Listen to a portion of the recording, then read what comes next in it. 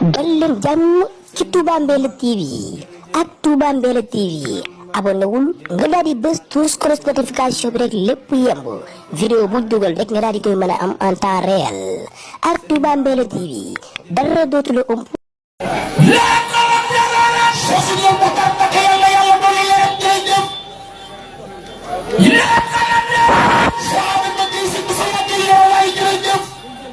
Yeah!